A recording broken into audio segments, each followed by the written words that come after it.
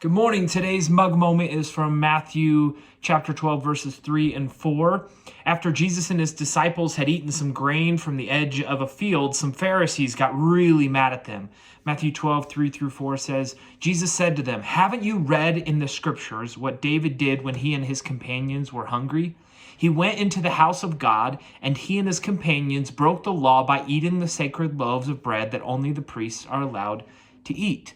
So in a way, Jesus did break the Sabbath law when he and his disciples harvested this grain on the Sabbath. But he didn't really break God's law, right? The Jewish people had become legalistic about the law that God had given them, but Jesus knew the intent of the law.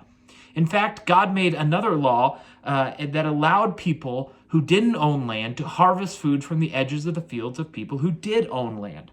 And Jesus and his disciples were not landowners, so they were perfectly within God's law to harvest the grain. But Jesus did break the law of the Pharisees because they had kind of created a whole system of Sabbath that God never intended. We believe that some laws just are worth breaking to prove a point. This is what Jesus was doing. And what reasoning did Jesus give? He said, well, David did it too.